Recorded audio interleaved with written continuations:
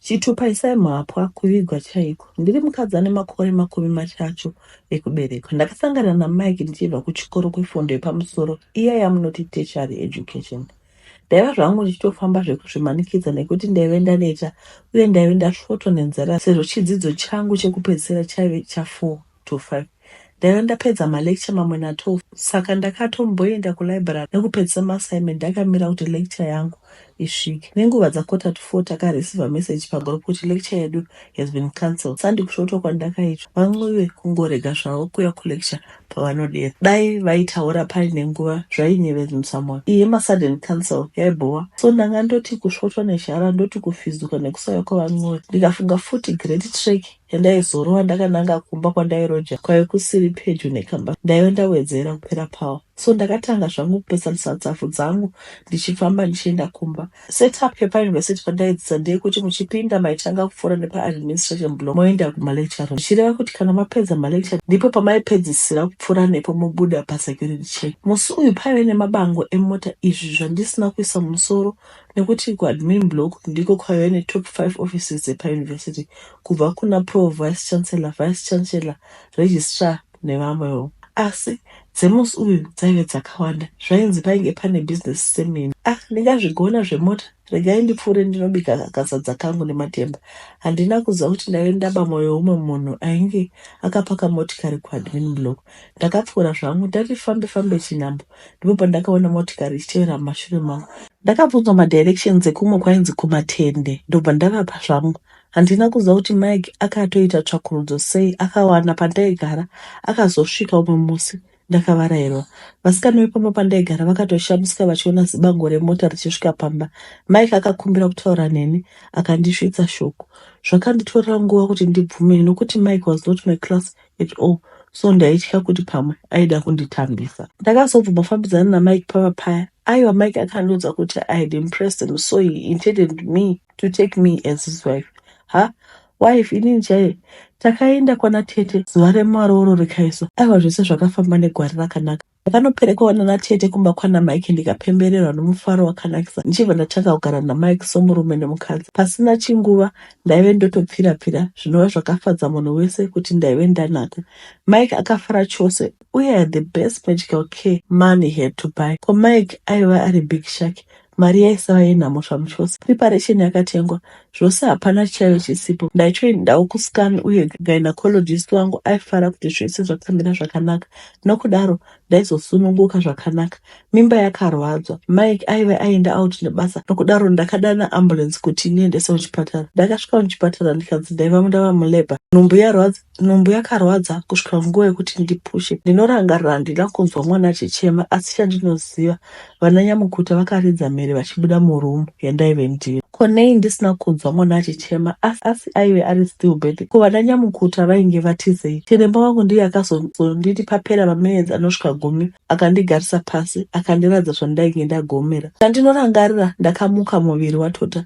Zvinonzi ndakambofenda zvekutombopera mweya.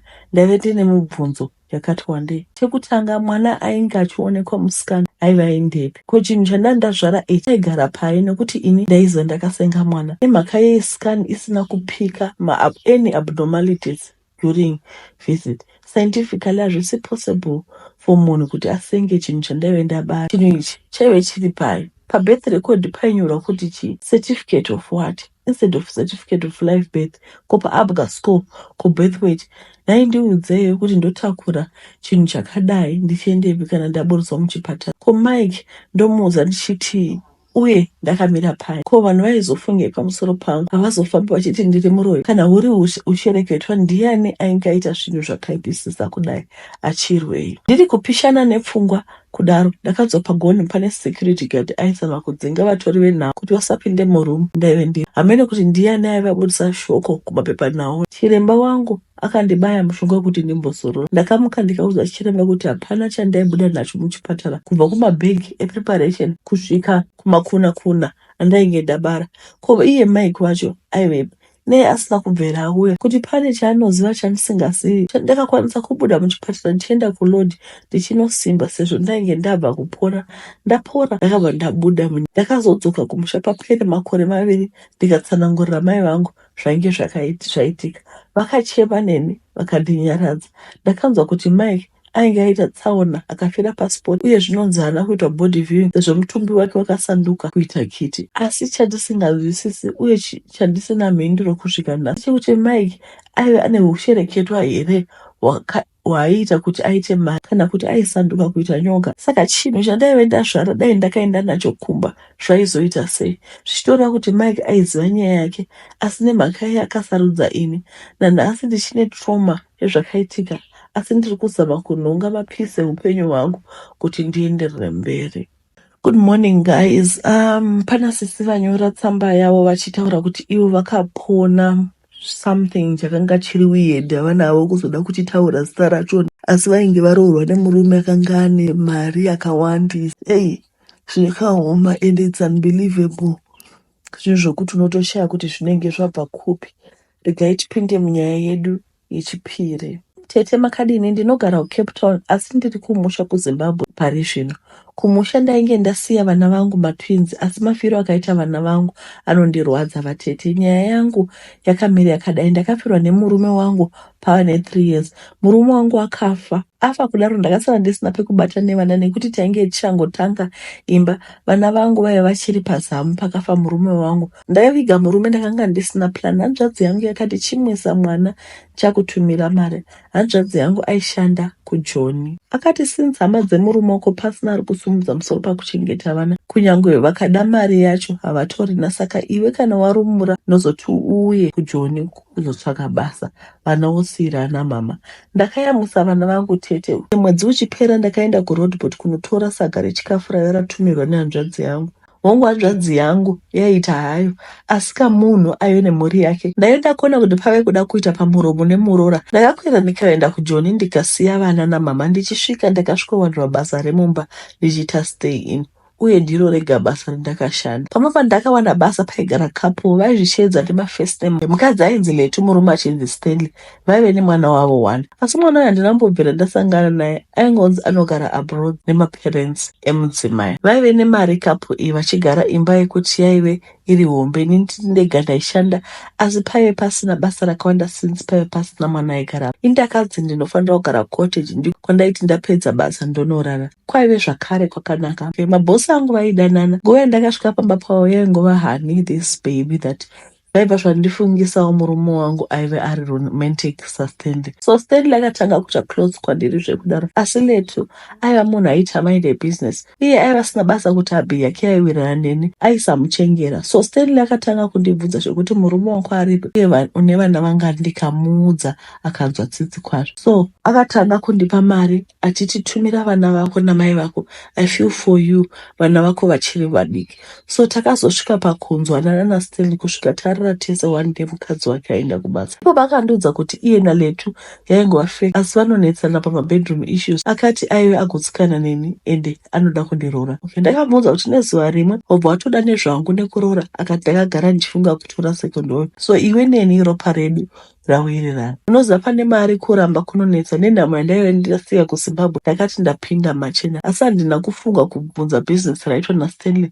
Ndakaramba ndichishanda samaid pamba apa, asi tichionana muchivande kwe3 months. Ndipo Stanley akati siya basa, ndakuwanira apartment yekugara uchidya hako mari. Ndakasiya. Brother yangu ndakaivanzira kuti ndiri pabasa, asi ndakachinja pekugara nemabhosi angu. Pandakaudza ndimai kuti mai ndawana murume ane mari, ndiye anonipa mari dzese dzandinokutumira. Tete amai vangu vane mukana unenge hotera, havana kupikisa nekuti vaiziva kuti vave kudya twese tunonaka. Ndakavatsinidzira kuti vasataura hanzvadzi yangu kuti ndakugara nemurume nekuti it was too early vatete. So ndakati ndagara kwegore ndichitamba tsoro yangu. Stanley akauya akati aive nenyaya aida kutaura neni. Akati bebi ndinoda kuchata newe. Ini ndikati kopfuma. Akati ndinobvisa ronga mazuva unoda kuti mari ndibvise ndinobvisa, asi totumira munyaya iwe neni hatendi. Ndakataura namai, amai vakati tumira mari yerora asi usaudza kana hama kuti wava nemurume akabvisa ikoko. Yakaita secret. Murume ndikamuti zvese mari ndikatumira mai vangu kumusha, hanzvadzi dzangu nanhasi hapana chavanoziva nezveroora rangu. Ndakati ndabvisirwa naSteli akati tave kuda kuchata, asi akandiudza kuti waisava muchato wekuunganidza vanhu, asi akati achaungana nemafriends ake, shamwari dzake dzave nemari dzavaitamba nadzo. Asi akati muchato uyu it's a night wedding. Akanditi ndinoda ubvume zvose zvichaitika nekuti kungodaro amai vako ndovavakira imba kwavanoda uye pfuma yese yandinayo ndinokupa. Zuva remuchato rakasvika, asi nguva dzaive 11:30 p.m. ndakanzipfeka gauni raive risiri aya amunoziva, asi it was a nice simple gown. Ndakaona dhoo richivhurwa, ini nemurume wangu tapedza kuchinja. Pakapinda varume vaikwana kuita 13, vamwe dzaive shamwari dzaStanley nevakadzi vavo, asi vamwe handina kuvaziva, asi vaive nevakadzi vavo zvakare. Takabatana maoko tikaita seko. Pakangouya chamupupuri ndikatorwa. Ini ndakazona tawe pasi pemvura tete. Nzvimbo yaive yakanaka uye yakagadzirwa muchato wedu. Takachatswa nemurume aive akanaka zvekuti runako rwakadaro handisati ndambosangana narwo panyika. Takapiwa maringi tikapfekedzana tete, asi nguva yandakapfeka ringi musana wangu wakarira ndikaita peni. Takazocelebrata muchato wedu. Kubuda kwatakaita pasi pemvura ndina kukuona. Ndakazona tawe kumba tatorera pabhedhi. After wedding takagara, ndipo pandakadzwa kuti vana vangu vashaika vangopupa furo usiku ndiye Sarai. Musi wafa vana, Stanley haana kubatika neiro. Ndakaedza kufona asi foni yaisaita tete. Akazouya the following day ndokundipa mari yekuenda kuZimbabwe kunoviga vana. Ndakarwadziwa kuviga vana vangu same day. Chinhu chinorwadza, chinhu chinondirwadza nanhasi. Ndagara kumusha mwedzi wese ndichema vana vangu vaviri, ndichiedza kuda kubatanidza asi ndaishaya chakadya vana vangu. Ndakati ndadzoka Joni, Stanley akauya nemukadzi wake kumba kwangu akandipa 100,000 rand. Akati tanga business. Sorry, ndakazotaura nemukadzi wangu taikuirana, uye ndakazofunga kuti handidi kuita mwana kuside zvinozondinetsa mangwana. Tete ndopandiri kusiyiwa ndisina mwana, mari ndinayo handisati ndafunga zvekuita nayo. I'm still in pain. Kutengesa shuwa here mweya yevana vangu for 100,000. Ndinodemba kuda fast life kwandakaita ndikagurwa kunorira. Inenge itori system yavo yekuti vanoshandisa vakadzi Stanley naLetu vanenge vachisivana, uye kuti ndipo pote ndakapera simba nekuti Letu akatanga kuchema kuti handina kuziva kuti warara nemurume wangu uri muroi. Tete ndine pain yakadzama. Inyaya inopisa tsitsi. Problem ipo ndeyekuti vasikana vanozodzoka zvodanana nemabosi. Kana mangoenda kubasa ingosiyana nevarume vevanhu, because hausi kuziva kuti munhu anenge achikuda zvemachokwadi here kana kuti munhu anenge atori neplan yake. Zvakaoma veduwe. I'm very sorry kuti vana vakashaika pamusaka pezvinhu zvese izvi. It was not supposed to happen like that. Ngatingodzidzai muupenyu veduwe. Nyaya yedu yekupedzisira, makadii tete ndiri mukadzi ndakaroorwa asi murume wangu anogara kuUSA. Ndine vana vangu vaviri, mukomana nemusikana. Musikana ane 19, mukomana ane 28. Tete ini ndiri mudzimai anorarama private life, ndogara Borodale. Ndine mabusiness angu muno pamwe neabroad kune murume wangu. Vana vangu ndakavakudza tichirarama upenyu huri private. Munongoziva kana une mari hauzivi anokuda uye anokuvenga. Saka vana vangu vakangokura vachidzidza kuprivate school. Mwana wangu mukomana ari kuIndia kwaari kuita medicine. Kuno ndakasara nemusikana. Musikana haana kubuda zvakanaka paO level yake, saka ndakamutsvakira private teacher anouya pamba achimitisa malessons. Ini nguva yangu yakanyanya ndoswera ndisipo pamba tete ndichiita mabusiness, dzimwe nguva ndinoenda kuUSA kunoona murume. Saka musikana ndaive atangidza hake form 3 kuti pamwe aizopasa form 3. Pandakatsvaka teacher uyu ndakaita kumuona paFacebook after ndaita post yekuti ndiri kutsvaka teacher. Pakaya kumba for interview ndichingomona handina kuzokwanisa kubvunza zvakawanda. Pandakangomutarisa ndakangotanga kumuda, maybe mishonga yake tete yakaita kuti ndidai. Tete teacher ndakavaofa mari yekuti vabuda ndakati bhenengu ndikazvibvunza kuti asi ndinoita time handinombopengwa here, nekuti mari yandaive ndataura yaive yangofanana nemari yandaibhadhara school fees. But because I wanted the best kumwanasikana wangu, mari yacho iripo, ndakangoti it's fine. Mwana akatanga kuitiswa malesson pamba, asi vaitira murumu nemwana wangu tete. So murume mwana wangu mune kamwe ka small room katakaita iri study room, mune mabhuku and it's like a small library, mune mabookshelf. So mwana akatanga achitoti mom, teacher vane mamwe maitiro handisinganzwisisi, handina kuteerera zvaitaura nekuti munhu aisatoda kudzidza. Saka ndaibva ndamuti nyarara, usada kundipa stress, look at your brother, hauna shungu wakaita sei. So ndakaenda kuUSA for 2 weeks ndichinoona murume wangu, and ndakati kuna ticha ava huyai musari pamba naye nekuti mamaid havangazomugoni, anenge achitoda kuti muone kuti ari kuverenga here. I don't know tete why ndaitrasta this lady wandaisaziva kwaanogara, the girl wandakaona paFacebook. Ndaenda madhota akafona akati, mama memu ndaona sevachinja kuita nyoka. Time ndapinda murume yavanga vari, asi vabva vapinda mubookshelf vari nyoka kudaro. Then ndabuda ndikamhanya kunodana maid kuti ndaona nyoka murume mangu. Asi pandadzoka ndaona memu vagara pachair. Maid akati iripi nyoka? Memu vakati waona kopi. Ini ndisina kumbobuda muno. Ndakatuka mwana wangu ende handina kumuteerera, ndikati ipa memu vako foni ndikavakumbira sori nezvaanga aita. So tete handizivi kuti Tanaka akazopindawo mazviri sei, akazotanga kuda memu vake, ende maid aitoti sometimes vanovhara dhoo remuroom vabudi kana kudya vanozobuda manheru.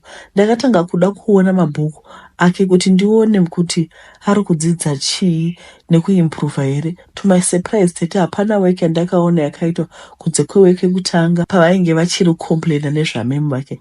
Ndakamubvunza kuti uri kudzidzei, akati mabhuku aenda kunomakwa namemu. So ndakazoti kuna maid, if kana memu vauya udongorere pawindow then moona kuti chii chavanenge vachiita. Ndisati ndaenda kure tete, chimwe chaive chakundishamisa, ganda raTanaka raive rava smooth uye ari kuglowa zviri extra.